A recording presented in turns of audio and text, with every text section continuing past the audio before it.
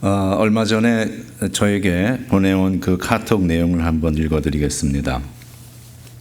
세상에서 가장 어려운 일 두 가지가 있는데 첫 번째는 내 생각을 남의 머리에 넣는 일이고 두 번째는 남의 돈을 내 주머니에 넣는 일이다. 첫 번째 일을 하는 사람을 선생이라 부르고 두 번째 일을 하는 사람을 사장이라 부른다. 그리고 이 어려운 두 가지를 한 번에 해치우는 사람을 아내라 부른다. 그러므로 선생에게 대드는 것은 배우기 싫다는 말이고 사장에게 대드는 것은 돈 벌기 싫다는 말이며 아내에게 대드는 것은 살기 싫다는 말이다. 이런 내용을 보내왔습니다. 근데 우리가 이제 잘 알고 있는 이야기입니다만 남자들이 이 땅 살아가면서 길을 잃지 않고 살기 위해서는 두 여자의 말을 잘 들어야 된다 그러죠. 그래서 지금 이야기한 것처럼 아내의 말 잘 들어야 하고 또 하나는 내비게이션에서 나오는 여자의 말을 잘 들어야 된다. 그런 얘기 합니다만 그것보다 중요한 것은 우리 성도에게 있어서는 우리에게 들려지는 하나님의 음성, 성령님을 통해서 들려지는 그 음성을 잘 들을 수 있어야 합니다. 오늘 제가 이곳에 와서 말씀을 전하지만 저라는 사람 매체를 통해서 여러분 각자에게 성령님께서 말씀하시는 음성이 있을 것입니다. 그 음성에 귀를 기울이시고 하나님의 음성을 여러분 마음 깊이 받아들일 수 있는 복된 시간 되시길 주님의 이름으로 축원합니다. 우리 이규훈 목사님은 제가 우리 미국 장로교 안에 있는 그 당시에는 400여 교회 한인교회들의 집합체 모임이 있었습니다. 그 모임에서 제가 이제 어떤 책임을 맡아서 일을 할 때에 이 목사님과 함께 일을 했었습니다. 그때부터 이 목사님을 알았는데 참 괜찮은 분이다라는 생각을 가졌어요. 사람이 참 무던한데 무던하면 어물쩡어물쩡할 수도 있지만 이분은 어물쩡어물쩡하는 것은 없고 자신이 맡은 일에 대해서는 정말 철저하게 책임을 가지고 그렇게 일을 해주셔서 제가 얼마나 편하게 그 일을 할 수 있었는가 해서 그때부터 이제 우리 목사님들에서 참 좋은 그런 그 느낌을 가지고 있었습니다. 그래서 쭉 교제를 해오면서 우리 사모님과 목사님 아주 참 좋은 분들이라 생각을 했습니다. 근데 얼마 전에 이제 이 슈리포트 보조 한인교회로 청빙을 받아서 오셨는데 이제 오시고 나서 얼마 있다가 만나서 어떻게 새 교회로 부임해서 가시니까 어떠십니까? 그랬더니 너무 행복하시다는 거예요. 교인들도 너무 좋고 그렇게 좋을 수가 없다. 근데 그 얼굴에서 그 행복함이 보여요. 그래서 이 양반이 참 진실된 목회자구나 하는 이제 그런 느낌을 제가 받았었습니다. 이번에 저를 이렇게 불러주셔서 제가 이곳 강단에 와서 말씀을 전하게 되었는데 아마 이것이 저를 초청한 것이 우리 이규훈 목사님의 유일한 어떤 판단 착오가 아닌가라는 생각을 제가 해봅니다만 그래도 하나님의 은혜는 인간의 실수에도 불구하고 언제나 우리에게 주어지는 것이기 때문에 오늘 우리가 그 하나님의 은혜를 의지해서 말씀을 함께 나누어 보겠습니다. 우리 한국 교회는 뿌리를 중요시 여깁니다. 한국 교회가 아니라 한국 사람들이 그렇죠. 어느 학교 출신이냐 또는 어느 지역 출신이냐 하는 것이 대단히 중요한 그 요소가 됩니다. 근데 그 교회도 마찬가지입니다. 우리 슈리포트 보조 한인 장로교회가 속한 교단은 미국 장로교단입니다. 영어로는 PCUSA, Presbyterian Church USA 그렇게 얘기합니다. 그런데 이제 한국 교인들은 사실 교단에 대해서는 별로 관심이 없습니다. 어느 지역을 왔을 때 그 지역에서 그냥 제일 괜찮은 교회가 어디냐, 목사님이 어떤 분이냐 그런 거 찾아서 우리가 교회를 정하지 이 교단이 장로교회다 어떤 교단이냐 그 교단을 따라서 가는 경우는 좀 드뭅니다. 그런데 우리가 기왕이면은 미국 장로 교단 안에 속한 교회에서 신앙생활을 하고 있다면 내가 속한 교단이 얼마나 훌륭한 교단인가를 알고 신앙생활을 한다면 훨씬 더 자부심 있는 신앙생활이 가능할 것입니다. 그래서 오늘은 미국 장로교회가 우리의 삶에 어떤 영향을 끼쳤는가 하는 것을 함께 생각을 해보고자 합니다. 우리가 미국에서 소수인종으로 살고 있습니다만 코리안이다라고 이야기하는 것을 부끄럽게 생각하지 않습니다. 그죠? 우리가 한국인이라고 이야기하면서 부끄러워하지 않는 이유는 아주 간단합니다. 이유는 하나입니다. 내 조국이 잘 살기 때문입니다. 그렇죠? 우리 조국이 아주 가난하고 못 사는 나라라면 우리가 어디 가서 자신 있게 코리안이라고 말하고 다니질 않겠죠. 2024년도에 대한민국의 GDP 순위는 세계 14위입니다. UN 회원국이 193개국이 있고 UN에 가입되지 않은 나라까지 하면 약 225개국 정도로 보는데, 어쨌든 그 나라들 가운데 미국이 비자 없이 미국으로 들어올 수 있도록 입국을 허락해주는 40개의 나라 가운데 하나입니다. 그리고 대한민국 여권으로 비자 없이 남의 나라를 마음대로 들어갈 수 있는 그 비자 프리 인덱스, 그 비자 자유도 마음대로 들어갈 수 있는 나라가 193개국입니다. 이게 뭐 옛날에 같으면 이거 상상할 수 없었던 일이죠. 그래서 핀란드와 스웨덴과 더불어서 세계 비자 자유도에서 2등입니다. 우리 대한민국이. 그러면 비자 없이 대한민국 여권만 가지면 우리나라에 마음대로 들어와도 됩니다라고 이야기하는 건 왜 그렇습니까? 잘 살기 때문이에요. 못 사는 나라 사람 같으면 여기 와서 주저앉을까 봐 그렇게 안 해주죠. 그런데 잘 사는 나라니까 저 사람은 아니 우리보다 잘 사는데 굳이 여기 와서 주저앉을 이유가 없다고 생각하는 것이죠. 그러니까 들어오세요. 그렇게 하는 것입니다. 우리도 한국인으로서 이 땅을 살면서 머리를 당당하게 들고 다닐 수 있는 것은 조국의 국력이 뒷받침하기 때문입니다. 근데 우리가 가만히 생각해 보면요, 한국이 이렇게 잘 살게 된 것은 그렇게 오래된 일은 아닙니다. 우리가 이제 한국의 역사 그러면 얼마나 됐습니까? 그러면 머리에 떠오르는 것이 5,000년 역사를 이야기하죠. 저 5,000년, 반만년 역사 머리에. 근데 그 5,000년의 역사는 그렇게 솔직한 얘기로 가난의 역사였습니다. 가난과 질고의 역사였지 우리는 잘 살아봤던 적이 없는 민족입니다. 대한민국에 살면서 여러분들이 언제 이민을 오셨는지 모르겠습니다만 아마 적어도 이 자리에 앉아 계시는 분들 중에는 조선 사람으로서 미국을 입국한 사람은 없을 거예요. 전부 대한민국 사람 아니면 지금은 또 미국 사람이 되어 있기도 하고 그렇죠. 그런데 여전히 조선이라는 나라를 그렇게 그리워하는 사람들이 있습니다. 근데 우리가 조선이라는 나라를 알고 있는 것은 대부분 뭐 책을 통해서 깊은 학문을 통해서 공부해서가 아니고 보통은 다 드라마를 통해서 조선이라는 나라를 이해를 하고 있습니다.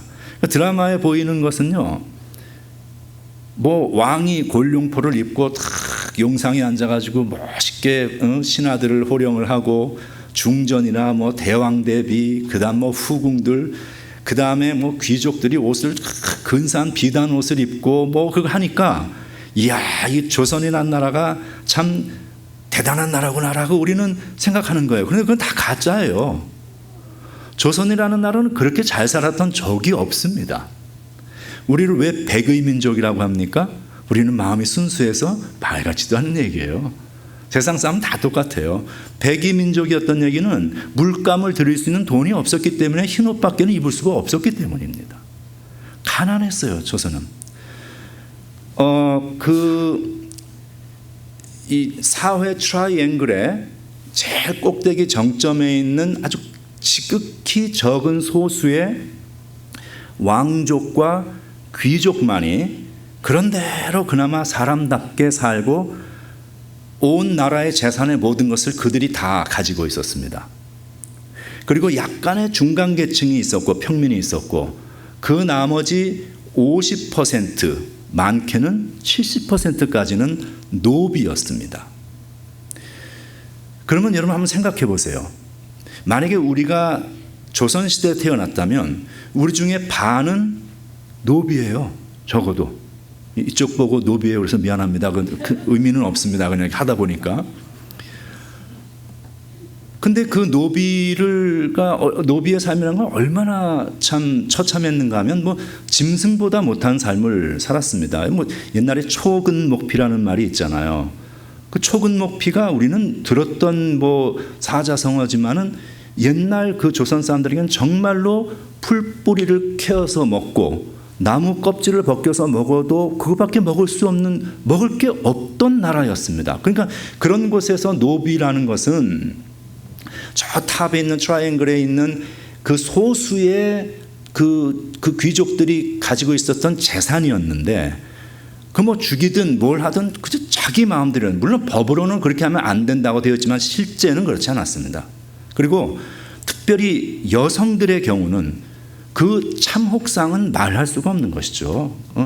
그래서 양반하고 노비가 아이를 낳으면, 그죠? 양반은 뭐 다 주인이죠. 그러면은 무조건 양반과 노비가 아이를 낳으면 그 아이는 무조건 자동적으로 노비가 됩니다.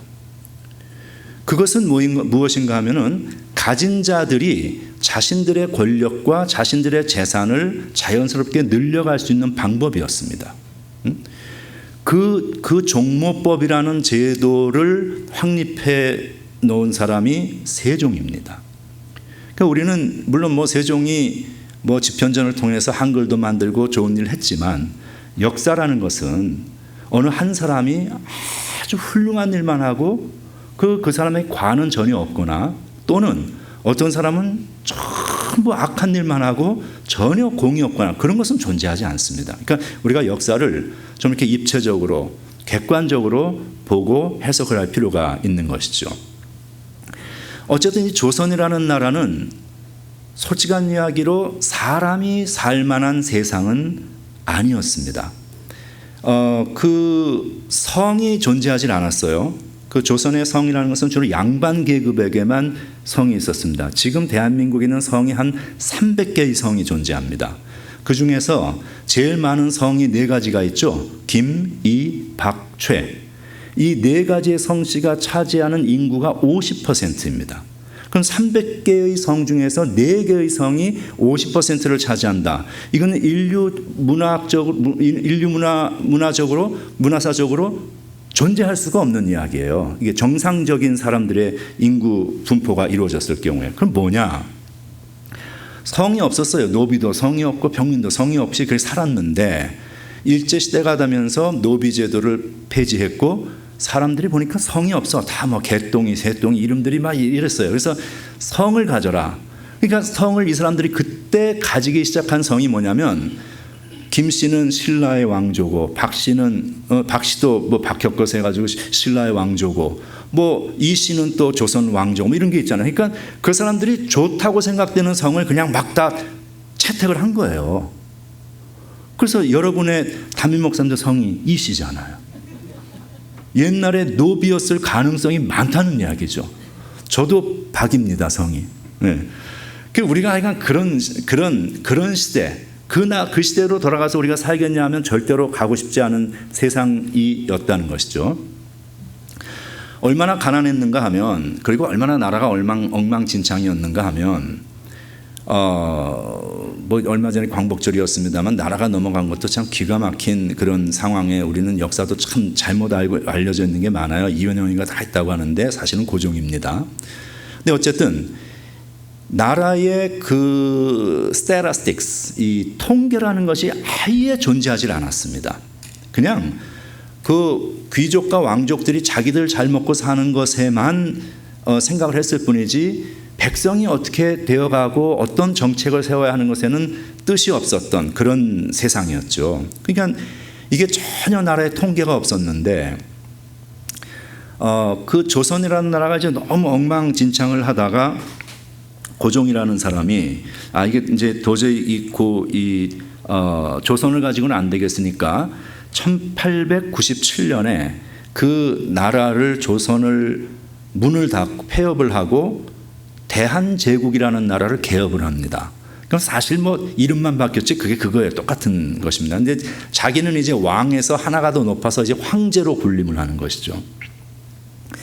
근데 그때가 어느 시기였는가 하면은 일본이 들어와서 사실상 많은 영향을 주고 있던 그 시기였습니다. 그래서 그때부터 일본에 의해서 비로소 나라의 GDP가 통계가 잡히기 시작합니다. 조선 한반도 역사의 처음이죠.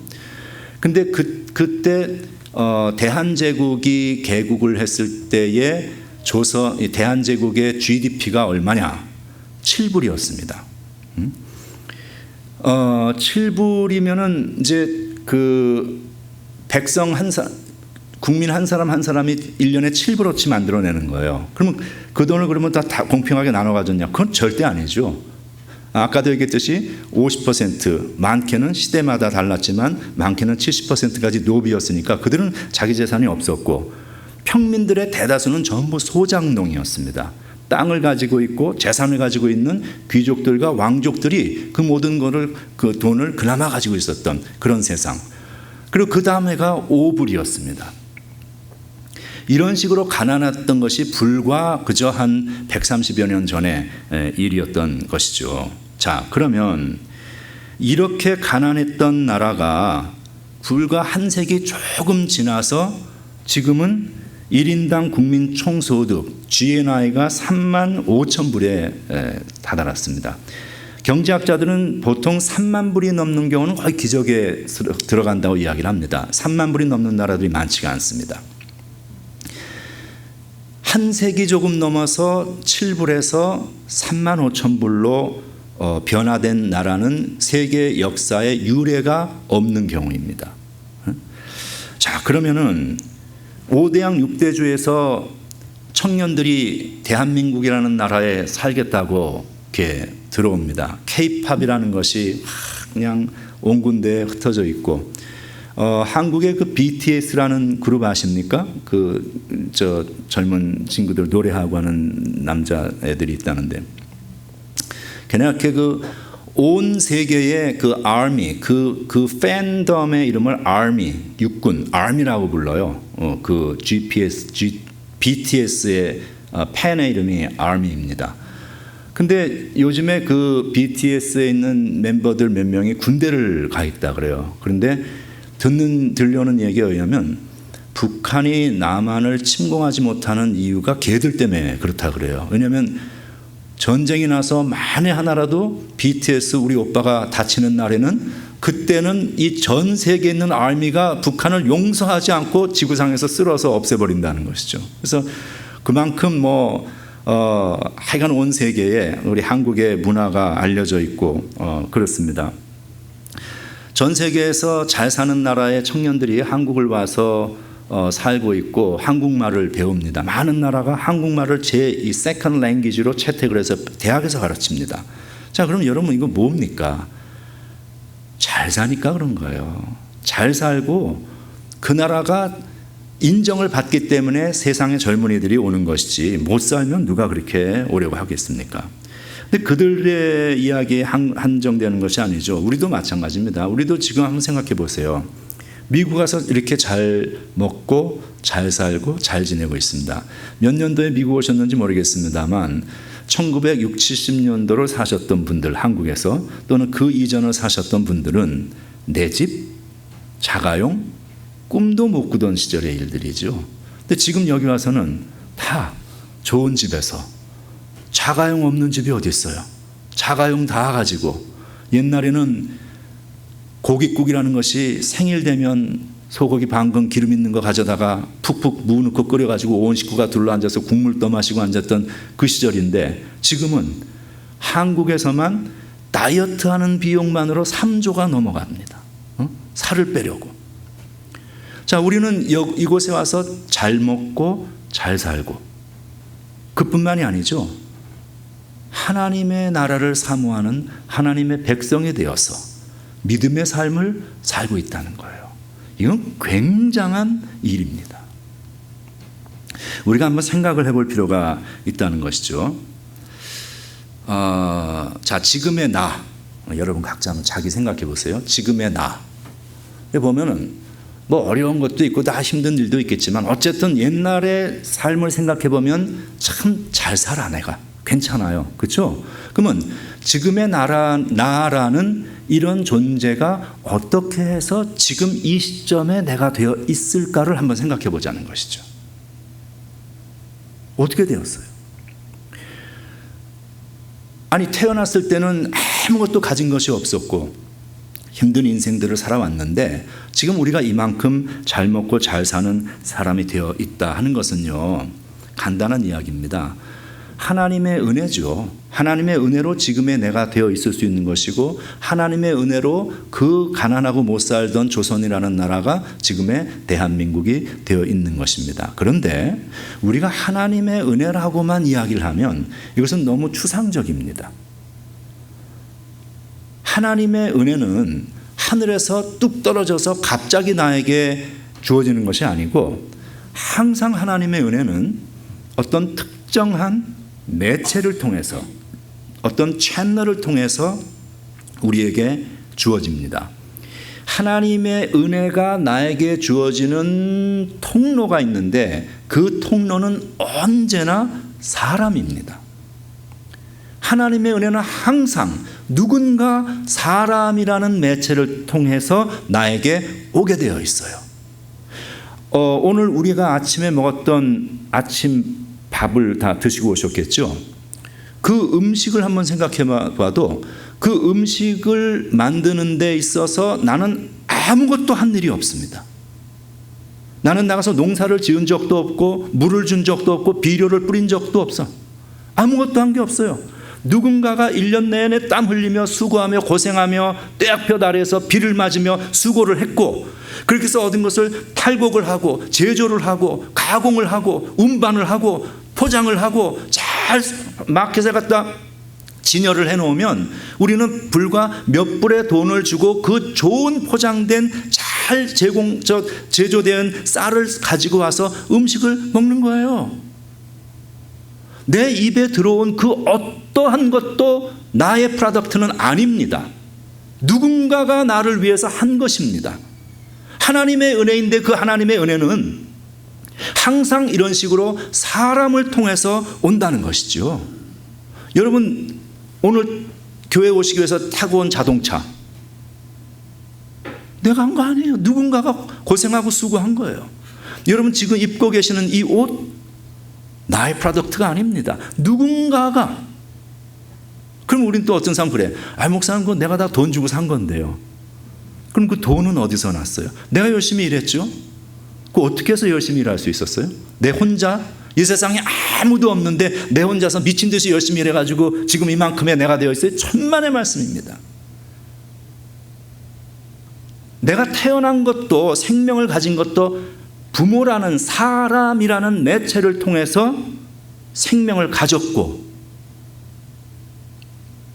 걷지도 못하고 돌아눕지도 못하는 그런 핏덩이에게 젖을 먹이고 진자리 마른 자리 갈아입히는 그 부모를 통해서 성장했고, 선생님을 통해서 배웠고, 친구들을 통해서 사회를 알아갔고, 성장한 이후에는 수많은 사람들이 내가 알고 알지 못하는 사람들이 만들어 놓은 이 사회라는 시스템을 통해서 돈도 벌 수 있었고 일도 할 수 있었고, 그래서 이만큼 사는 거예요. 그러지 않습니까? 나 혼자 잘나서 내가 똑똑해서 천만의 말씀입니다. 천만의 말씀입니다. 아니, 세상을 다 살 수 있는 돈을 내가 가지고 있다 할지라도 누군가가 떼약볕에서 땀 흘리며 수고하며 일해서 만들어준 한 톨의 쌀이 없다면 내 입에는 단 한 톨의 음식도 들어올 수 없는 거예요. 그래서 성경이 뭐라 그러니까 하나님 사랑하고, 누구 사랑하라고요? 이웃을 사랑하라. 그게 그 말씀이에요. 이웃이 없이는 난 존재할 수가 없습니다. 우리는 서로가 서로를 그렇게 서로의 삶을 지탱하고 지지하고 보조하고 도와주면서 더불어서 함께 살아가는 공동체이기 때문에 우리는 하나님의 은혜의 매체가 되고 있는 내 주변의 모든 사람과 이웃들을 향해서 감사할 줄 알고 귀하게 여길 줄 알아야 하는 겁니다. 이 슈리프트 보조 이 교회도 보면은 대도시에 비하면 여긴 뭐 사실은 이제 시골이라고 할 수 있죠. 근데 이곳에 여러분이 어떤 이유로 연유로 와서 살고 계시는지는 알 수 없습니다만 참 놀라운 것은 이곳에도 이런 한인교회가 있어. 이 한인교회가 있어가지고 주일이면 이곳에 모여서 한국말로 하나님을 찬송하고 예배하고 말씀을 듣고 은혜를 나누고 교제를 나눌 수 있어. 이거 굉장한 일입니다, 여러분. 그리고 그 일을 함에 있어서 하나님께서 여러분에게 은혜를 내려주시기 위한 매체로 사용하는 여러분의 목사님. 이거는 제가 무슨 제가 목사님 초청받아서 여기 왔으니까 목사님한테 잘하라고 그런 수준의 얘기를 하는 게 아니라 아주 그냥 근본 원리적인 이야기를 하는 거예요. 서로가 서로에게 피아노 쳐주는 분이 있고 찬양 인도하는 분이 있고 예배당 이게 준비하는 분이 있고 하여간 다 우리가 서로가 있어서 내가 그 많은 은혜의 현장을 경험하고 누리며 살 수 있다면 여러분 서로에게 감사하고 서로를 귀하게 여기고 목사님에게 감사하고 우리 이렇게 사는 게 맞는 크리스찬의 삶의 모습이 아니겠습니까? 제가 오늘 하고자 하는 이야기는 이제 사실은 맥락은 이런 부분을 이야기합니다. 그래서 우리가 지금 내가 나라는 존재로 이만큼 서 있을 수 있었던 것은 누군가의 도움으로 내가 이 자리에 지금 와 있는데 우리 한국이라는 나라가 지금 여기에 와 있게 된 것, 이만큼 잘 사는 나라가 됐고 여러분과 저 모두가 복음을 알고 하나님을 알아서 이만큼 신앙을 가지고 하나님을 예배할 수 있게 되었고 지금 이게 어디서 시작되었는가 하는 것을 우리가 한번 우리 기독교 역사를 통해서 있었던 구체적인 내용들을 하나씩 짚어보려고 합니다. 오늘 본문 말씀에 보면은 예수님이 행하신 3대 선교 사역의 방법론이 나옵니다. 회당에서 가르치셨고, 그 다음에 복음을 증거하셨고, 세 번째는 아픈 사람들을 치유하셨다. 가르치셨다. 교육 사역이죠. 증거하셨다. 복음 사역입니다. 치유하셨다. 치유 사역입니다. 이 세 가지 사역을 한국에 왔던 조선에 왔던 선교사들이 그대로 이 예수님의 사역의 방법론을 실천을 했습니다. 그래서 그들이 학교를 만들었어요. 그래서 사람들을 가르치기 시작했고, 그리고 교회를 세워서 복음을 전하기 시작했고, 그리고 병원을 만들어서 사람들을 치유하는 이 세 가지 사역을 했습니다. 그래서 그 내용들을 한번 우리가 살펴보도록 하죠. 먼저 우리 미국 장로교단은 조선의 최초로 선교사를 파송해 준 교단입니다. 이건 한국 기독교 역사에서 아주 명확한 사실입니다. 1884년 9월 달에 호레스 앨런이라는 의사가 만주에서 조선으로 들어옵니다. 이 사람은 원래 조선을 들어올 계획이 없었던 사람입니다. 그런데 어떤 일로 인해서 조선으로 들어오게 된 거예요. 9월 달에 들어왔는데 이게 원래 계획이 없었기 때문에 이걸 뭘 해야 되나 고민을 하고 있던 차에 그해 12월 달에 갑신정변이 일어납니다. 그래서 개화파와 수구파가 충돌을 일으켰죠. 그 갑신정변에서 민영익이라는 사람이 약 칼에 찔려서 한 40군데 정도 칼에 찔려서 자상을 입고 죽어가고 있었습니다. 근데 그 당시에 한의 기술로는 이걸 고칠 길이 없는 거예요. 한의사를 가지고 어떻게 그걸 외상을 치료하겠어요. 근데 이게 이제 서양 사람이니까 이 사람이 이 민영익을 데려다가 하여간 있는 힘을 다해서 지극정성으로 보살피면서 치료를 했는데 민영익이 죽어가던 사람이 기적적으로 살아난 거예요. 그런데 이 사람이 살아난 것은 저는 단순히 이 사람이 외과 치료 의술이 뛰어나서가 아니라 그 당시에는 뭐가 있어요? 집기가 있어요? 약이 있어요. 그런데 살아났다. 이거는 하나님께서 우리나라에 복음을 전해주시기 위한 특별한 섭리의 역사였다고 저는 그렇게 해석을 하고 있습니다. 이 사람이 살아나니까 민영익, 민비, 뭐 고종 이렇게 다 이제 다 한 그 계열이죠. 그러니까 이제 이 고종이 너무 기분이 좋았어요. 그래서 이 엘렌 이 사람 나중에 이제 공사 역할도 하고 여러 가지 일을 많이 합니다. 이 엘렌 닥터 엘렌에게 그 당시 돈으로 한 10만 냥이라는 거금을 하사를 합니다. 그래서 이 닥터 엘렌이 그 10만 냥을 가지고 여기 작은 기와집이 있죠. 그 기와집이 뭐냐면 이제 최초로 조선의 서양식 병원을 개원을 합니다.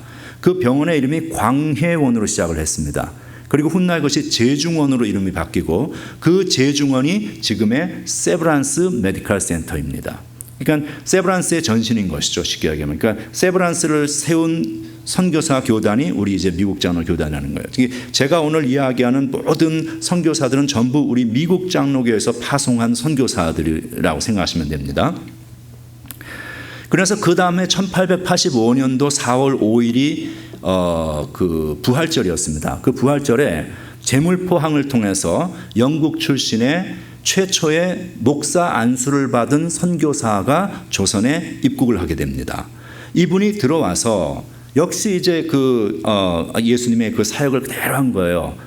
이제 교회를 자기 이 사랑채에서 교회를 시작했는데 그 교회 이름이 그게 정동에 있었습니다. 정동교회입니다.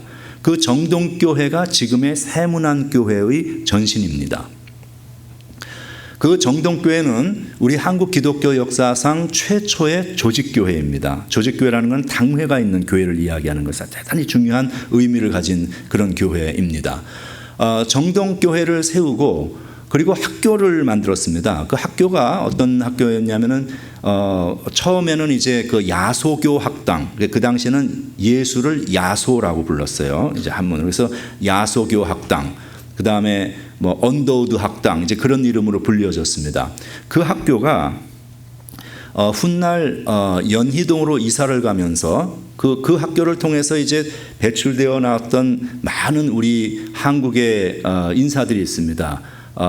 그 민정에서 총리를 지냈던 김규식 선생을 비롯해서 도산 안창호, 그리고 저 원한경이라는 사람은 그 언더우드 선교사님의 아들입니다. 그래서 다 자기 아들들처럼 성경을 가르치고 영어를 가르치고 해서 이렇게 많은 인재들이 그 학당을 통해서 배출되어 나왔죠. 그래서 그 언더우드 학당이 연희동으로 이사를 가면서 이름이 경신학교로 바뀝니다. 그 경신학교가 훗날 연희전문으로 바뀌고 연희전문이 나중에 세브란스와 합쳐서 연희전문의 연, 세브란스의 세, 이걸 따서 연세대학교로 그렇게 이름이 바뀌게 됩니다. 그 훗날 이제 그 언더우드 선교사님이 이분이 과로로 일찍 사망을 해서 돌아가시게 됩니다. 그런데 그때에 그 미국에 있던 존 언더우드라는 그 언더우드 호레이스 언더우드 선교사의 형님이 큰 돈을 헌금을 합니다. 그래서 경기도 연희면 고양군 연희면 창천리에 19만 평의 대지를 구입해서 학교를 만들게 되는데 그 학교가 지금의 신촌에 있는 그 연세대학교 부지입니다. 캠퍼스입니다.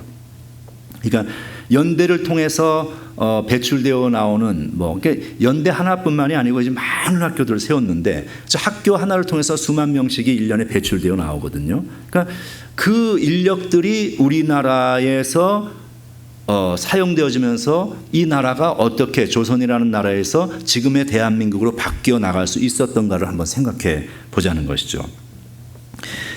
대한기독교서회 그리고 대한성서교회 총회 초대 회장을 지냅니다. 그리고 이분들은 4대째 대한민국을 위해서 헌신을 하고 있습니다. 그 아드님인 원한경 박사는 연희전문 교장을 했습니다. 그리고 백두산 천지의 깊이를 측량을 했습니다. 그리고 거북선의 설계를 했습니다. 이거 왜 이랬느냐 하면은 그 당시에는 일제시대입니다. 일제시대니까 한국 사람들에게 민족의 어를 되새겨주는 일을 한 거예요. 백두산, 천지 이러면 우리 민족에게서는 최고잖아요. 그렇죠? 우리가 자랑할 수 있는. 그런데 우리는 자랑만 하지 그게 실체를 알지를 못하는 거예요. 우리는.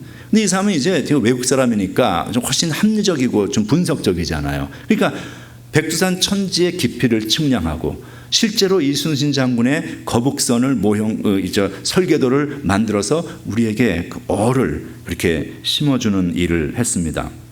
1949년에 그 공산당에 의해서 부인이 피살됩니다. 그리고 그 당시 일제 만행을 전 세계에 알리다가 투옥이 됩니다. 그리고 추방이 됩니다. 이후에 태평양 전쟁 때 추방이 됐다가 해방 후에 다시 한국에 왔고 6.25 전쟁 때 사망을 하십니다. 그리고 그 아들, 그러니까 언더우드 3세가 되겠죠. 3세 원희란 박사는 형제 셋이 모두 자진 입대를 해서 미군에 입대를 해서 한국전에 참전을 합니다. 근데 이분은 원래 이미 태평양 전쟁 때에 군 입대를 다 마친 사람이었어요. 그 군대 그 장교로 복무를 다 마친 사람이었기 때문에 더 이상 한국전에 참전할 필요가 없었습니다.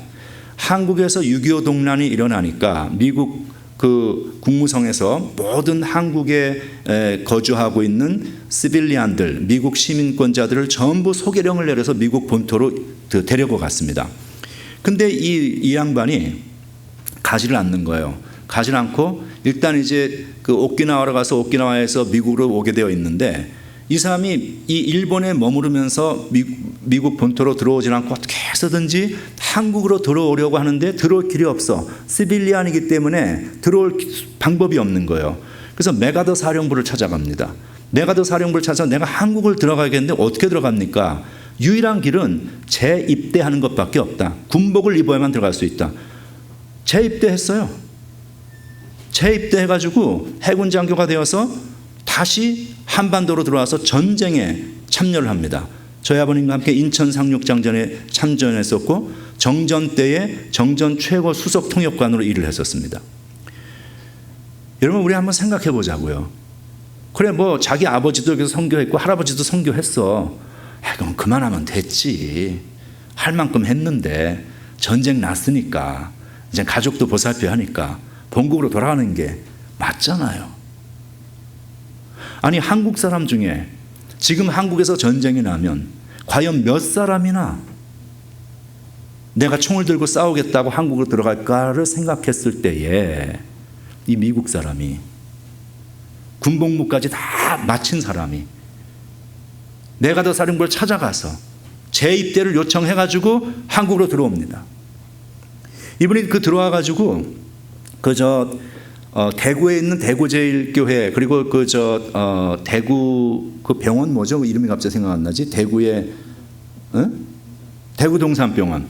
그 대구 동산병원이 다 폭격을 받아가지고 이게 다 지금 이게 이제 그 상황에서 미군 전차를 이용해가지고 그 환자들 기재와 그 다음에 차트와 모든 기록을 다 안전하게 이송을 해서 보관을 해놓기도 하고 하여간 많은 일들을 그렇게 했습니다. 이분이 2004년에 돌아가셨는데 사시던 집의 가전제품이 전부 30년이 넘은 그런 그러니까 엄청나게 검소하게 사는 것이죠. 그래서 여러분들 한국 방문하시면 합정동에 가시면 양화진 외국인 묘지가 있습니다. 거기를 한번 가보시면은요, 거기는 언더우드 1세, 2세, 3세 이 가족들이 전부 그곳에 잠들어 있는 것을 볼 수가 있습니다. 그리고 이제 마지막에 그 손자 원한강 박사 이분은 이제 맨 여러분 보는 그림에서 우측에 있는 분입니다. 연세대학교에서 30년 동안 영문학을 가르쳤습니다. 그래서 그 교수로 재직한 후에 자 이제 한국에서 우리 언더우드 가문이 해야 할 일은 다 마쳤다. 그래서는 한국에서 살던 집, 그 다음에 자기 증조 할아버지 때부터 가지고 있었던 그 귀중한 모든 보물 같은 기독교 어떤 그 자료들, 사료들 이것들 다 한국에다 놔두고 이게 물 마셔도 되는 겁니까?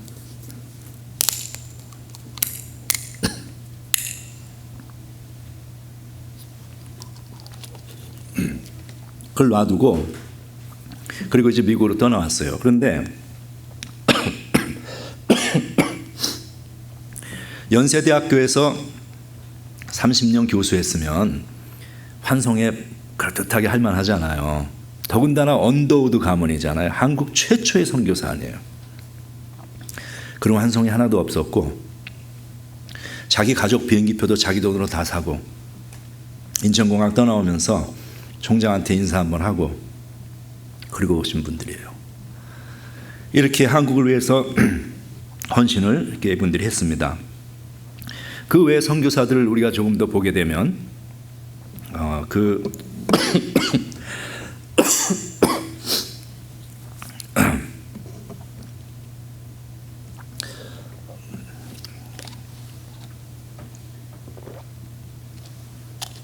목사님 여기 휴지가 좀 있어요? 냅킨 같은 게 있나요? 없어요? 됐습니다.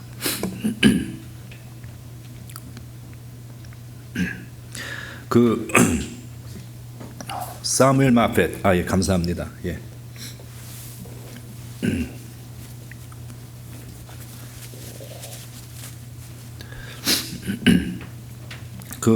사무엘 마펫 선교사님은 20대 초에 이제 조선에 들어옵니다.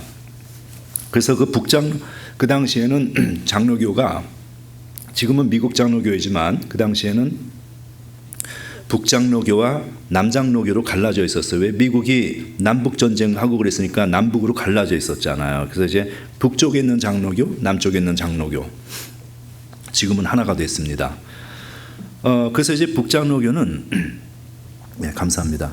평안도와 황해도, 서울, 경기, 경남 이런 쪽을 이제 중심으로 해서 경북을 중심으로 해서 사역을 했습니다. 그래서 이분이 이제 그 당시에 이제 한국의 평양을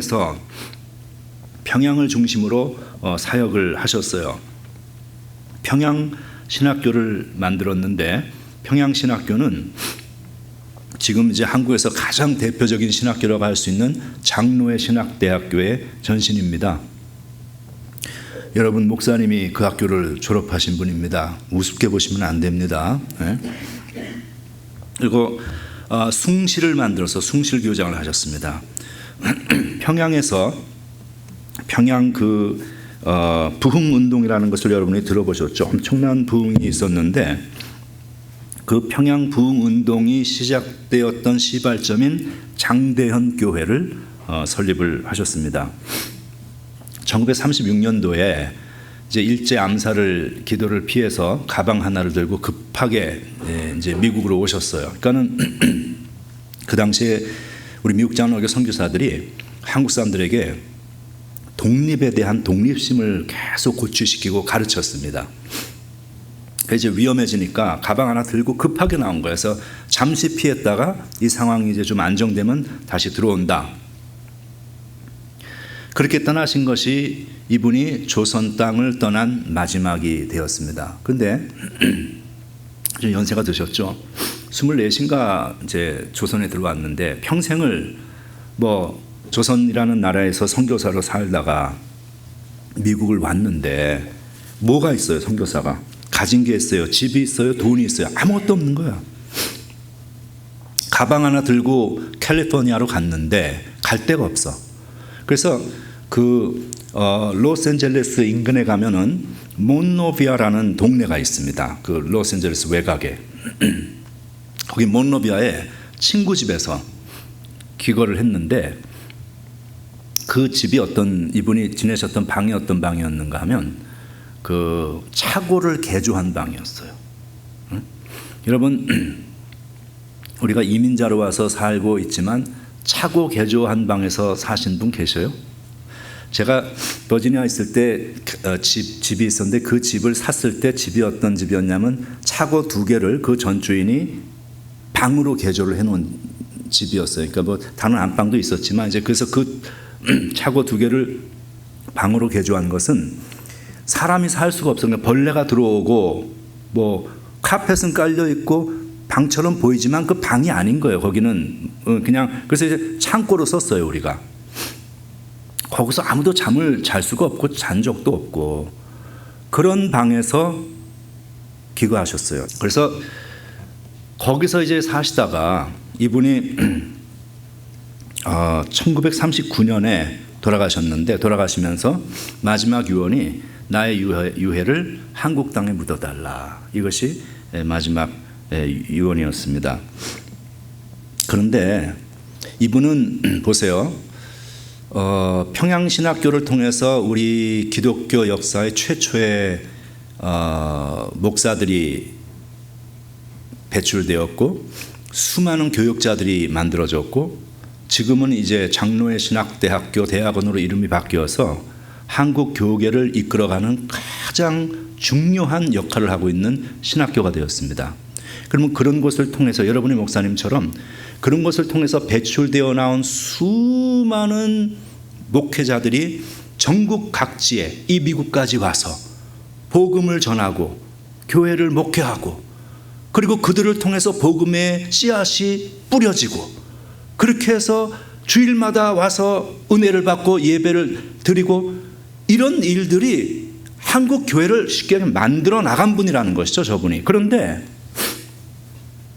그분이 그렇게 해서 가난하고 외롭고 고독하고 비참한 말년을 저 LA 외곽 차고를 고친 방에서 혼자서 살다가 돌아가실 때까지 그리고 그 이후에도 한국교회 잘 나갔습니다. 저런 분들 때문에 한국교회 기가 막히게 잘 나갔습니다. 세계에서 제일 큰 교회들이 한국에 다 있었고 그 교회를 가면은 북적북적하고 잔치를 하고 예배당이 그냥 기가 막힌 예배당에 그 수많은 예산을 쓰는 잘 나가는 그 한국교회가 단 한 사람도 자기들이 그렇게 있을 수 있게 해 주었던 저분이 그 말년을 어떻게 돌아가셨는지 그 어느 누구도 관심이 없었어요. 돌아보지 않았어요. 우리는 우리 신앙 좋은 것처럼 열심히 잘 지냈어 우리끼리.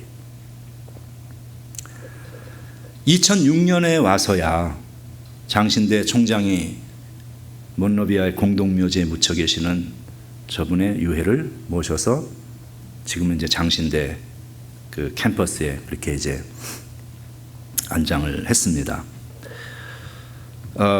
윌리엄 베어드라는 선교사가 계셔요. 이분은 배위량 선교사는 대구를 중심으로 활동을 했습니다. 숭실 설립하시고 대구제일교회 설립해서 사역하시고 많은 일을 하셨습니다.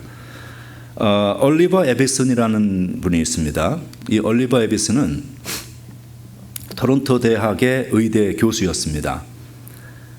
근데 이제 그 언더우드가 미국에 나와서 이 조선 선교에 대한 그 사역 보고를 하고 있었어요. 그때에 이 올리버 에비슨이 참석을 했는데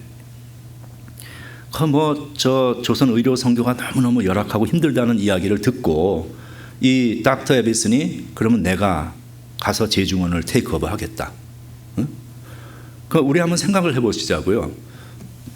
캐나다 토론토 의대 교수면 여기도 뭐 교수님들 좀 계신다고 들었는데 캐나다 토론토 의대 교수면 골프 치면서요 평생 좋은 집에서 잘 먹고 잘 살고 해외여행 다니면서 그렇게 살 수 있는, 근데 그거 그냥 한순간에 다 내려놓고 조선을 온 거예요. 조선, 지금의 한국이 아니에요. 그 당시의 조선. 그리고 재중원 사역을 한 거야. 근데 와보니까 한심하죠. 뭐가 있어, 뭐 장비가 있어, 인력이 있어, 아무것도 없는 거예요. 그래서 이제 미국을 나와서 그 이제 조선 의료 선교의 열악한 상을 이제 보고를 하면서 이제 사람들한테 기도 요청을 하고 도움을 청한 거죠. 그때에 그 모임에 참석했던 사람들 중에 미스터 루이스 세브란스라는 사람이 참석을 합니다. 이 세브란스는 클리블랜드 쪽의 출신의 사람인데 그 락펠러하고 스탠다드 오일 컴퍼니를 만들어서 동업을 했던 사람이에요. 엄청난 거부였습니다. 이 세브란스의 외할아버지가 클리블랜드 쪽에서 최초의 의사였어요. 그 지역에. 그러니까 의료 선교에 관심이 많은 거야, 이 사람이. 근데 이 사람이 우리 교단 장로였습니다. 여기도 지금 장로님들 계시죠? 네. 여러분, 미국 장로교 장로가 굉장한 거예요. 무슨 뭐 이렇게 사람들 앞에 목에 힘을 줄 수 있는 그런 면에서 굉장하다는 게 아니라 이런 그 영적인 라인을 따라서 볼 때 여러분의 선배잖아요. 저 세브란스 장로님이. 저런 훌륭한 분들이 우리 미국 장로교단의 장로들로 일을 했던 거예요. 저분은 평생을 선교 헌금을 보내왔어요. 인도 선교, 중국 선교, 일본 선교 조용하게 거액의 돈을 매년 보내왔고 훗날 부총회장을 지냈던 분입니다. 근데 이제 저분이 닥터 에빗슨 이야기를 딱 듣고서는 그러면 내가 재중원을 위해서 헌금을 하겠습니다. 그래서 거액의 헌금을 해가지고 그때 저분이 헌금을 한 그 돈을 가지고 저 밑에 있는 그림이 남대문 밖 복숭아골 앞에 있었던, 그러니까 지금의 서울역이죠. 서울역 앞에 있던 최초의 돌로 된 세브란스 건물을 짓고 장비를 들여오고 의사를 데려오고 간호사를 데려오고 해서 한국 최고의 그런 의료 시스템을 만들게 됩니다. 지금은 그 위에 있는 그 사진은 지금의 세브란스 메디컬 센터죠. 이제는 뭐 엄청나게 확장됐죠. 근데 이분이 평생을 그렇게 선교 헌금을 하던 분인데, 미스터 세브란스가. 그래서 그 세브란스라는 병원 이름이 된 게 저분이 돈을 내서 저 병원이 만들어졌기 때문에 세브란스라고 병원 이름을 붙이게 된 거죠. 근데 저분이 평소에 헌금을 많이 하다가 이제 돌아가시게 되었어요. 근데 돌아가시게 되었는데 저 정도의 재벌이면, 돌아가실 때 뭐 자식들 불러놓고 유언을 하는데, 너는 뭐 강남 어디에 아파트 건물 몇 채, 너는 뭐 어디에 땅이 얼마, 뭐 이렇게 하는 게 이제 정상적인 그런 유언의 모습일 거 아니에요. 근데 이분이 다 자식 장손들인 데서 종이를 하나 딱 내미는 거예요. 그래서 이게 내가 너희들에게 주는 유언이다. 이게 뭐냐면, 내가 하나님 앞에 헌금을 하겠다고 작정한 것이 있었는데 다 못하고 간다. 그러니까 너희들이 마저 하거라. 이게 유언이었어요. 그런데 그 후손들이 또 얼마나 대단한 사람들이냐. 자기 아버지 할아버지가 하라는 것을 그대로 다 지킵니다. 그래서 불과 몇 년까지만 해도 세브란스 병원에 세브란스 가족이 거액의 돈을 매년 보내왔습니다. 우리 아무도 모르죠? 여러분들 중에서 혹시 세브란스에서 진료 받아보신 분 있는지 모르겠어요. 한국 가면 돈 되게 싸게 뭐 한다 그래요. 이런저런 돈이 다 있겠지만 그 병원을 통해서 치료받고 생명을 얻은 사람이 얼마가 되겠습니까? 그 뒤에는 이런 분들이 헌금하고 이런 분들이 기도하고 이런 분들이 헌신한 그 수고와 노고의 모습이 있었다는 것이죠. 그래서 그런 이제 모습 것들을 그들이 가지고 있었습니다. 그레함 리 목사님을 한번 생각을 해보겠습니다. 이분은 장대현 교회 목사였습니다. 평양 부흥 운동이 일어났을 때에 사역을 하셨어요. 그 중간에 계시는 분은 길선주 목사님입니다. 저분은 평양신학교에 우리 최초로 7명의 목사가 안수를 받았는데 그 평양 그 중에 한 분입니다. 그리고 저분은 우리 한국 목사들에게 주님 오시는 그날까지 영원한 고통을 안겨주는 새벽 기도라는 것을 만들어내신 그런 어르신입니다. 근데 어쨌든 그 길선주 목사님이 그곳에서 조사라고 불렀어요. 옛날에는 전도사로 일을 했어요. 장로였다가 전도사가 되고 목사가 되어서 이제 사역을 했는데, 이 그레함 리 목사님은 어떤 사람인가 하면은 프린스턴을 졸업하고 맥코믹을 졸업했습니다. 그러면요, 미국도 뭐 그렇지만 솔직히 그 정도 학력을 가지면 그냥 미국에서 큰 교회에서 미국 목사들 큰 교회에 있는 대형 교회 목사들은 정말 사례 월급 잘 받습니다. 네, 정말 잘 받습니다. 우리 한인 목사들하고는 비교할 수가 없이.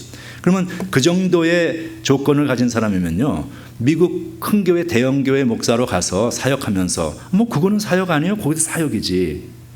잘 살 수가 있었는데 그거 다 내려놓고 그 당시에 그 열악한 조선이라는 곳으로 들어옵니다. 30살에 조선에 입국하고 그 다음에 2년 뒤에 미국에 나와서 부인을 만나서 부인을 데리고 또 조선에 들어와.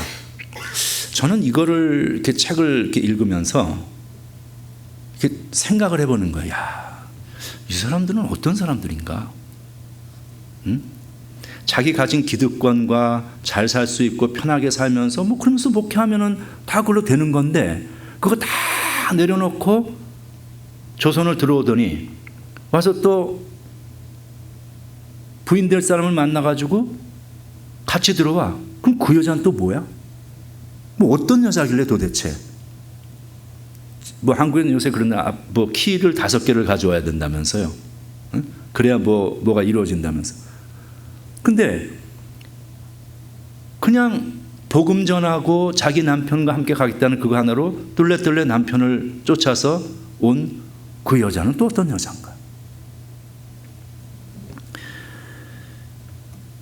평양 대부흥이 한창 진행되던 때에 1907년에 우리 한국을 방문했던 그 아울루크라는 우리 미국 장로교회에서 발간하고 있는 그 월간지가 있습니다. 그 월간지의 기자가 윌리스라는 기자가 글을 쓴 것이 남아 있어요. 이렇게 되어 있습니다. 내가 미국을 떠나온 후 만난 이들 중 가장 선망하는 사람, 다른 이들보다 탐날 가치가 있는 사람이 평양의 그레함 리이다. 수백 명이 그를 자신의 영적 아버지라고 부른다. 그는 교회를 세우고 민족을 세우는 일에 헌신하고 있다. 그리고 다른 글에 보면 이렇게 되어 있습니다. 한국 평양의 그레함 리가 신었던 신발보다 달아빠진 신발을 신은 사람을 나는 보지 못했다. 이렇게 되어 있습니다.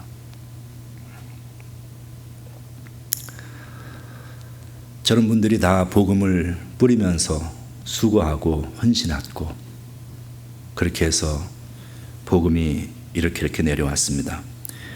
7년 후에 남장로교 선교사들이 들어옵니다. 이런 분들은 그 당시에 이제 맥커믹, 리치먼드 뭐 이런 데 신학생들이었습니다. 근데 안식년을 맞은 언더우드가 맥커믹 그리고 그 당시에 남장로교 선교부는 내슈빌에 있었어요.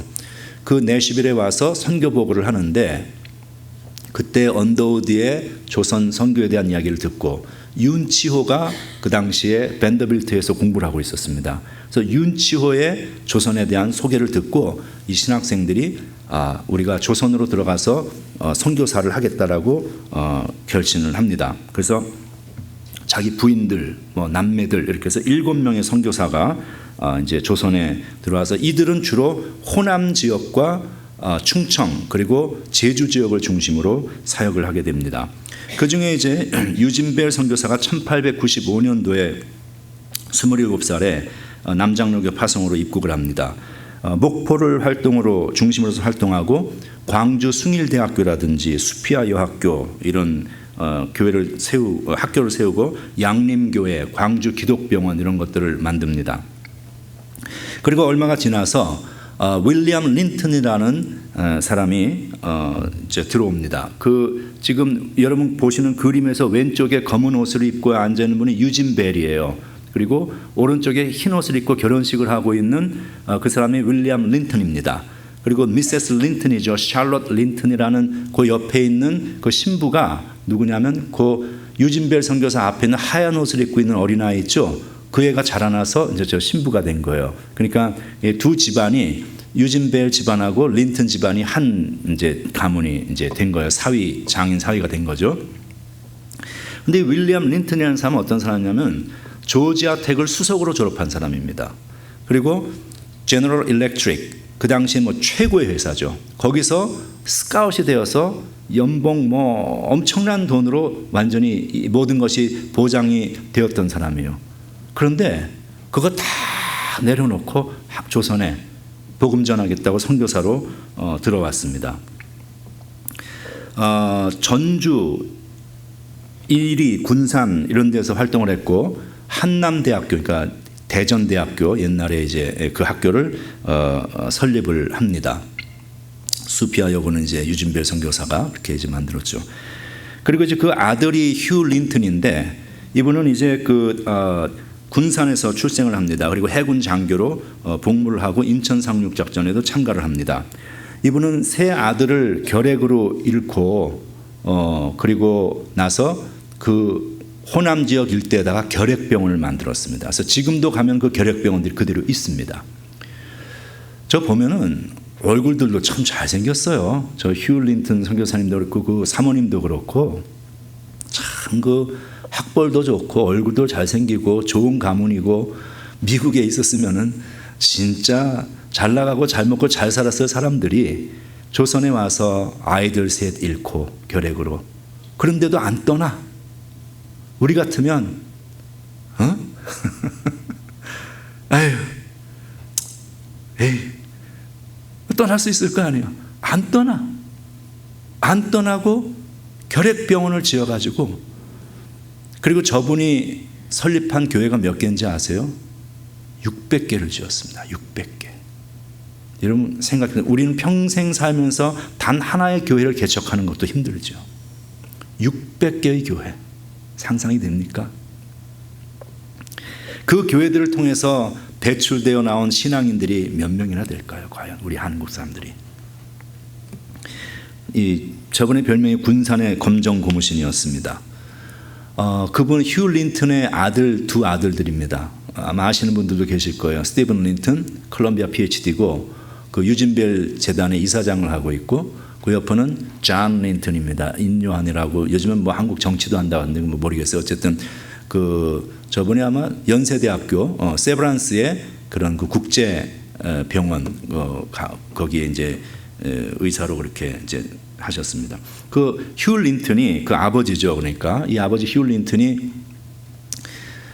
교회 건축을 이제 교회 600개를 지었잖아요. 그러니까 교회를 이제 지으려고 건축 자재를 운송하다가 음주운전하는 술 먹은 사람이 운전하는 트럭에 치여가지고 이분이 중상을 입었어요.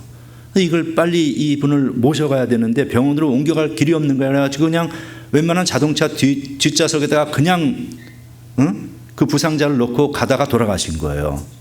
그러니까 응급차가 없었던 거야. 좋은 응급차가. 그래서 이 아들이 인요한 박사가 우리 한국식 앰뷸런스 구급차를 개발을 했습니다. 그래서 몇 천여 대가 지금 그렇게 5천여 대 채 넘는 차들이 이렇게 활동을 하고 있습니다. 존 프레스턴 선교사는 목포, 광주, 순천을 중심으로 활동했습니다. 프린스턴 출신이고 순천중앙교회 초대 목사입니다. 그리고 남궁혁 목사, 그러니까 남궁혁 박사는 우리 한국 기독교 역사의 최초의 신학자입니다. 이분이 이제 평양신학교를 나왔어요. 그 옆에 학사모 쓰고 있는 분이 이제 남궁혁 박사입니다. 그리고 졸업 후에 프린스턴 신학교에 가서 석사를 하고 리치몬드에서 박사를 받아서 한국 기독교를 이제 이끌어가는 신학자로 그렇게 사역을 하십니다. 지금 이 학교들이 다 이제 미국 장로교 신학교들이요. 이분이 6.25 때 피납이 되었습니다. 공산주의가 지상낙원이라고 방송을 해라. 왜냐하면 저런 아주 거물이었기 때문에 저런 사람이 공산주의를 선전하면 선전이 잘 되잖아요.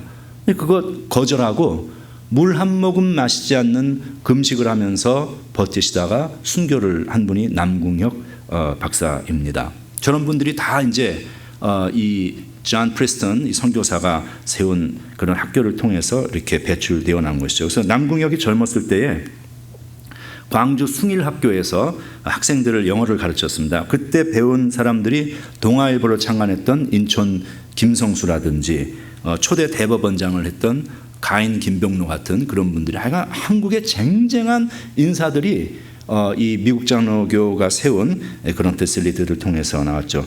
3.1운동 때 체포되어서 복역한 103명 중에 40명이 이 광주 숭일학교 출신입니다. 이제 마지막으로 엘리자베스 셰핑에 대해서 말씀을 합니다. 이분은 이제 한국 이름이 서서평인데요. 광주를 중심으로 활동을 했습니다. 독일 출신의 간호사인데 32살에 한국에 와서 돌아가실 때까지 그렇게 평생을 독신으로 살면서 22년간 보리밥에 된장국, 검정 고무신, 서양 여자라서 여자 흰 고무신이 맞는 게 없는 거예요. 그래서 남자 검정 고무신을 신고 저 사진 보듯이 광주 거리에서 고아들을 데려다가 그다음 소방 맞은 여자들 데려다가 14명 아이들을 입양해서 키웠고 38명의 여성들을 이 소방 맞고 쫓겨난 여성들을 데려다가 보호를 하면서 같이 살았습니다.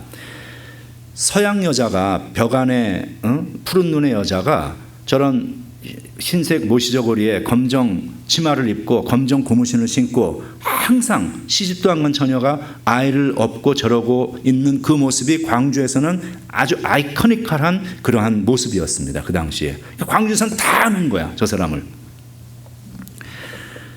이분이 평생 이제 말을 타고 다니면서 제주 호남 지역을 다니면서 이제 복음을 이렇게 1년에 3분의 2를 복음을 전하고 다닌 거예요. 근데 저는 이렇게 생각을 해보면은요, 이분이 여자였잖아요.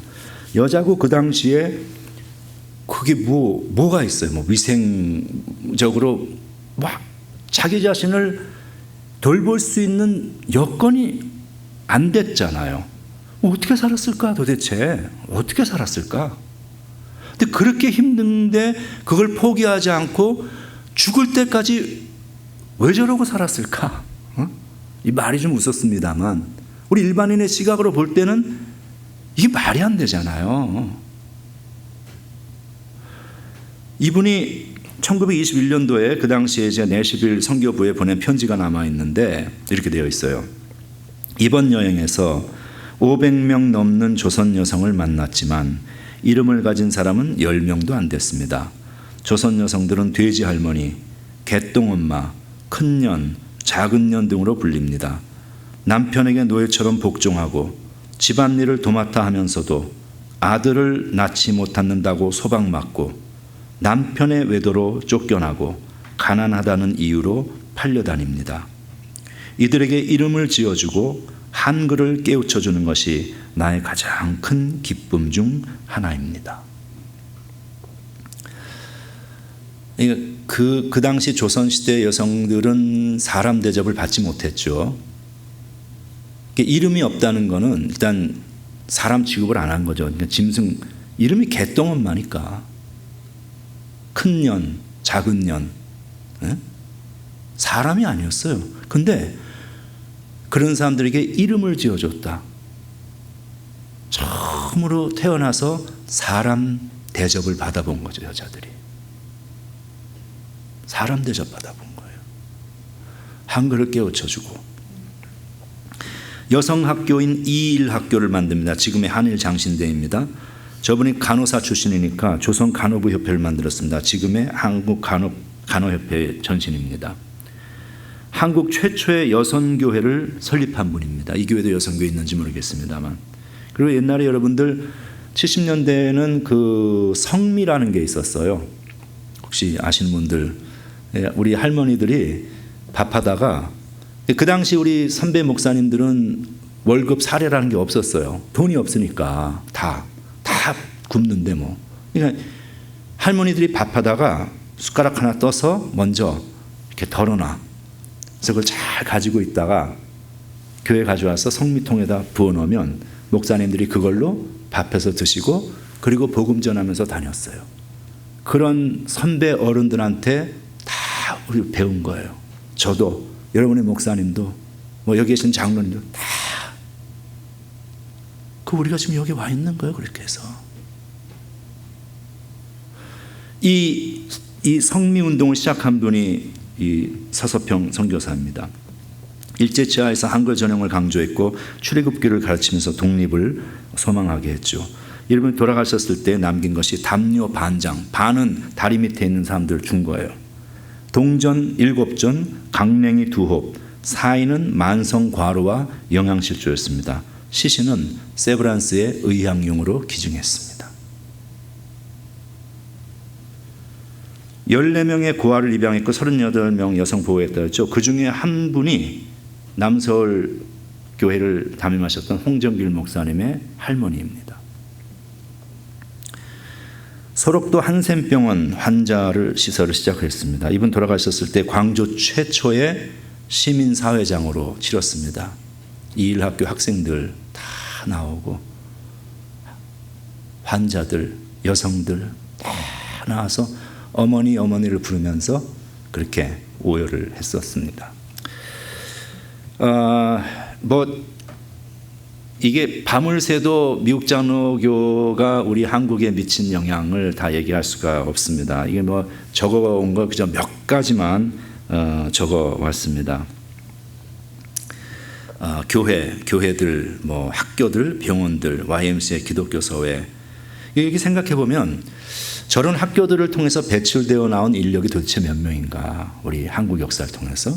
그 다음에 저분들이 세웠던 수많은 교회를 통해서 배출되어 나온 신앙인은 몇인가? 그러니까 조선시대에 살았던 사람 같지 않게 살았던 그 모든 사람들이 지금의 한국 사람의, 지금의 우리의 신앙과 우리의 의식으로 개조될 수 있었던 나라의 인프라스트럭처를 만든 거예요. 단순히 그냥 복음 전한 게 아니라 조선이라는 사람 살 수 없었던 나라가 지금의 대한민국으로 바뀔 수 있는 인력을 배출해낸 거야. 하나님의 은혜의 통로인 사람들을 만들어서 배출해 내었고, 그 사람들에 의해서 우리가 다 이렇게 저렇게 복음을 배웠고, 그 사람들에 의해서 이렇게 저렇게 다 그들이 사회를 구성하고 뭐 세상을 만들고 돌아가는 그 모든 것들에 의해서 우리도 그 시스템 속에서 살 수 있었고, 그들이 만들어 놓은 모든 인프라스트럭처, 그러니까 우리가 생각을 해보면은요,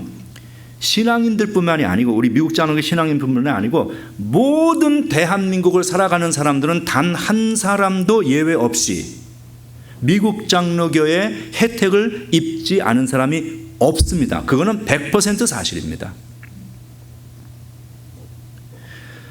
우리가 보면은요, 내가 태어나면서부터 예수 믿는 것이 아니라 누군가가 나에게 복음을 정했죠. 뭐 부모님이 될 수도 있고 목사님이 될 수도 있고 뭐 whoever, 친구가 될 수도 있고. 그러면 나에게 복음을 전해준 그 사람도 누군가 받았겠죠? 그러면 거슬러 올라가면 제일 끝에 누가 있냐면 미국 장로교 선교사들이 있다는 거예요. 여러분, 지금의 대한민국, 그리고 여러분과 저 한 사람도 예외 없이 모두가 미국 장로교가 뿌려놓은 복음의 씨앗에 맺힌 열매들입니다. 그럼 우리는 이제 어떻게 해야 할까요? 우리도 예수님 말씀하셨잖아요. 너희가 거저 받았으니 거저 주어라. 우리가 받은 하나님의 사랑, 어떤 사람이라는 미국 장로교를 통해서 받은 하나님의 은혜, 우리도 넘겨야죠. 우리도 흘려보내야죠. 아마 저는 그렇게 생각해요. 그 당시 선교사님들, 우리는 지금 이렇게 이분들을 돌아보면서 막 이분들의 업적을 이야기하지만 그 당시에 그 일을 하며 살았던 그 선교사님들은 그렇게 대단한 걸 생각하지 않았을 거예요. 그냥 하루하루 지금 여러분이 교회 와서 예배 드리듯이 지금 그냥 하루하루 여러분이 봉사하시고 살아가면서 생활에서 좋은 시민으로 살아가듯이, 지금 하루하루 목사님 목회하듯이 그냥 별 생각 안 하고 한 거야. 그냥 하루하루를 충성스럽게 했는데 지나고 나서 한 100여 년의 시간이 흐르고 나서 보았더니 거기에는 지금의 대한민국이라는, 그리고 여러분과 저라는 엄청난 열매가 맺혀 있었다는 것이죠. 이건 우리도 할 수 있는 일이라는 것입니다. 오늘 우리가 하는 일, 오늘 우리가 이 교회 나와서 하나님을 함께 섬기며 예배하며 선교하며 복음을 전하며 성실하고 믿음의 사회인으로 살아가는 이 삶을 우리가 이렇게 살다 가면은 100년 이후에 이 자리에 남아있는 사람 아무도 없을 거 아니에요. 그러면 이 자리에서 이렇게 카메라 촬영을 한다고, 영화 촬영을 한다고 찍었을 때 막 필름이 찌글찌글 옛날에 그랬잖아. 그게 화면이 페이드 아웃이라고 그래서 이렇게 화면에 보면 여러분들이 쫙 얼굴이 있어. 근데 한 100년 이후에는 페이드 아웃해서 여러분의 얼굴이 싹 사라지고 이 자리에는 여러분의 얼굴 비슷하게 닮은 사람들이 앉아 있을 거예요. 여러분의 아들이고 손자이고 후대겠죠.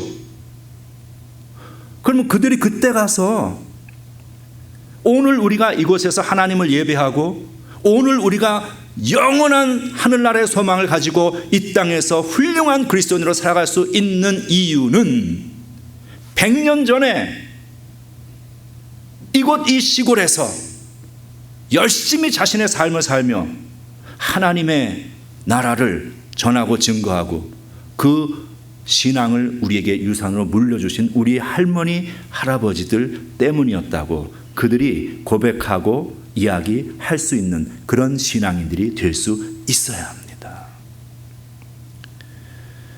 우리가 받은 그것을 이 세상에 함께 나눠줄 수 있는 그러한 믿음의 성도들이 되시길 주님의 이름으로 축원합니다. 기도하겠습니다.